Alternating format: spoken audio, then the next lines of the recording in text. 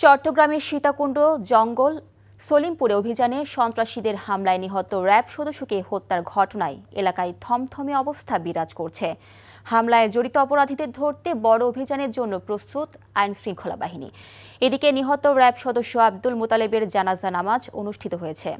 পরে কুমিল্লায় তার গ্রামের বাড়িতে পারিবারিক কবরস্থানে দাফন করা হবে। চট্টগ্রাম থেকে আরিচ আহমেদের রিপোর্ট, ক্যামেরায় এনামুল হক। সোমবার বিকেলে সন্ত্রাসীদের হাতে র্যাব সদস্যদের হতাহতের ঘটনার পর জঙ্গল সলিমপুরে এখন শুনশান নীরবতা। সবার মধ্যে এক ধরনের আতঙ্ক বিরাজ করছে। এ ঘটনার পর রাতভর অভিযান হলেও কোনো আসামি গ্রেফতার করতে পারেনি আইনশৃঙ্খলা বাহিনী। পুলিশ ও স্থানীয়রা জানায়, সোমবার বিকেলে জঙ্গল সলিমপুরে বিএনপির একটি দলীয় কার্যালয় উদ্বোধন করার কথা ছিল। সেখানে স্থানীয় সন্ত্রাসী ইয়াসিনের যাওয়ার কথা ছিল। তাকে ধরতেই অভিযান চালায় র্যাব।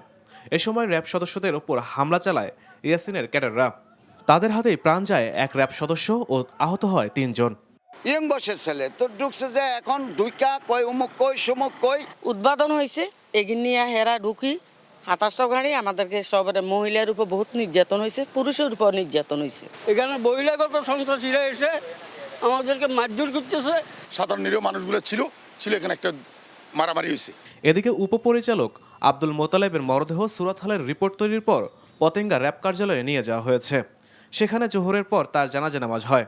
পুলিশ এবং অন্যান্য যৌথ বাহিনী যারা আছে সকলের সমন্বয়ে খুব দ্রুতই ওই জঙ্গল সলিমপুর যে ঘটনাস্থল সেখানে অভিযান পরিচালনা করা হবে এবং ঘটনায় যারা জড়িত তাদের গ্রেপ্তারের জন্য অভিযান পরিচালনা করা হবে। জানাজা নামাজ শেষে নিহত র্যাব সদস্যের গ্রামের বাড়ি কুমিল্লায় পারিবারিক কবরস্থানে তাকে দাফন করা হবে। ১৩ জন ভাই বোনের ভিতরেও সবার ছোট। তিনি খুব শান্ত এবং সরল মানুষ ছিলেন। পাহাড়ি এলাকা সন্ত্রাসীদের অভয়াশ্রম হওয়ায় নিয়ন্ত্রণে আনতে বারবার বেগ পেতে হচ্ছে আইনশৃঙ্খলা বাহিনীর। NTV news desk.